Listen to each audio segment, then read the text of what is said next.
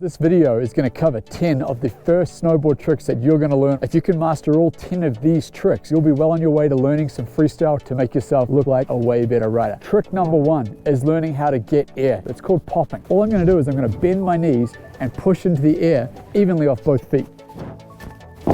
Now you'll see that I'm doing that with a flat base of the board. That is the first way to get air on a snowboard. Let's go ride together and let's do this a couple of times. So here I am, I'm just riding on a relatively flat slope. I'm going to bend down and pop into the air. That is the safest way for your first few jumps on a snowboard. Now trick number 2 is called an ollie, and an ollie is a more advanced way of getting air on a snowboard. It looks like this. And what I'm doing there is I'm actually bending the board and using that board's energy to pop me into the air. So how you do this, I've got a little bit of weight on my front foot, sliding my board through until the board starts to bend, and then popping off my back foot to reset. So here I go, I'll do that a bit quicker. Boom, you'll see that board flexes and pops. Now an ollie is a more advanced way to get air on a snowboard. It feels a lot better and it's going to get you more height. I'll start by just doing one on the ground here. So here I am riding, ollie. There we go, I found a little feature to ollie off. As you get more advanced at snowboarding, you'll be ollieing off every feature because it gets you a lot more height and actually gives you better control as you get good at it. Quite a bit harder than popping. Trick number 3 is getting air on an actual jump. Now this is the first time we're hitting a small park jump. You'll want to find something really small like this one that we have over here. And I'm not going to focus too much on ollie or popping here. I'm just going to be going off this jump to feel out what it feels like. So I've watched a bunch of people already. I'm going to drop into this jump, riding pretty straight, not worrying about how much air I get, just kind of coasting off that jump for my very first straight air. After you've done that first straight air, you can build it up by adding a little pop and adding a little ollie and getting more height and more control as you see fit. Trick number 4 is called a front side shifty.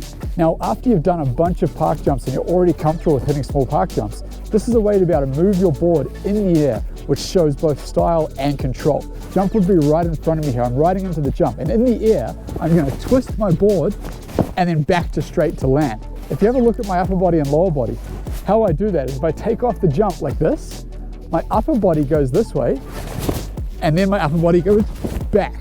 So what's actually happening is my lower body and upper body are twisting against each other in the air to make that shifty happen. This is a jump you've already hit a lot of times. As you go off the jump, twist and back to straight to land.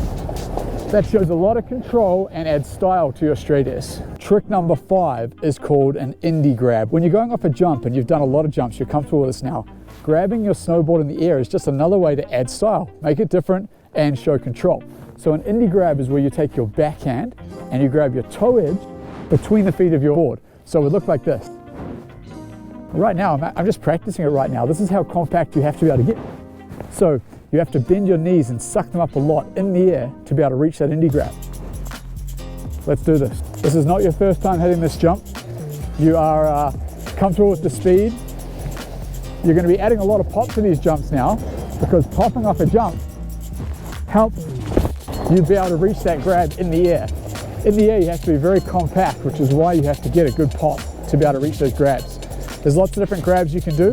Indie grab is just one of the first ones that's easiest to learn. When you're learning how to grab, you want to make sure you get a really solid hold on the edge of your board. If you're having any difficulty at doing this, one of the best places to learn is on a trampoline with a tramp board.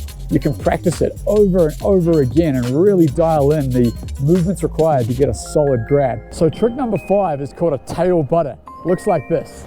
So what I'm doing is I'm moving the weight of my body all the way over the tail of my board until the front of my board is actually raising off the ground. I'm not lifting this leg at all. All I've done is transferred my weight from here where it's central all the way back to here where I'm balancing over the tail. And even better is if you can do it like this. A little nollie into a tail press with a little ollie out. Makes it look way more stylish if you can add those little jumps. Let's go and do this on a run. So when you're first learning butters, the most important thing is to have a very gentle flat slope. Makes it way easier for learning your first few butters. Again, you can start just by rolling into the butter, and as you get better, pop and pop out. Trick 7 is going to be your first time on a rail and box. We're going to do a trick called a 50-50. The most important thing with a 50-50 is keeping your base flat. So outside of the park, you can just go and ride around in a straight direction without using any edge. You'll see right now I'm riding flat base, not using my heel or my toe edge. and then slowing down. Here I go again, riding flat bass, no edge at all, and then slowing down. That's the same feel it's going to be when you actually come to 50-50, your first easy feature. This feature is perfect. It's very flat, it's very wide, it's a ride-on, great beginner box. Let's 50-50 it. I'm going to ride in straight from here, keeping all my speed from this drop-in point. Trying to keep my base dead flat against the feature is what makes the 50-50 safe. Trick 8 is going to take that 50-50 to the next level. We're going to do what's called the 50-50 shuffle. This is where you take a very basic box like what we just did. You're going to 50-50 it, but the only difference is now you're going to shuffle your board around on that box. It's going to look something like this. I'm flat bass right now, and then shuffling my board back and forth. And the point of doing this is to be able to get you comfortable moving your board around and sliding it on a basic box feature. Now, the most important part of this trick is keeping that base flat. That's what we're practicing here. So I'm going to go into this trick pretty slow, get on the box, and shuffle the board around. Once you learn how to do that 50-50 shuffle, you'll be able to move that into learning things like board slides and more advanced tricks. Trick 9 is the most advanced trick in this series, frontside 180. So a frontside 180 is when you're riding regular and you wind up, jump, and spin around to ride switch.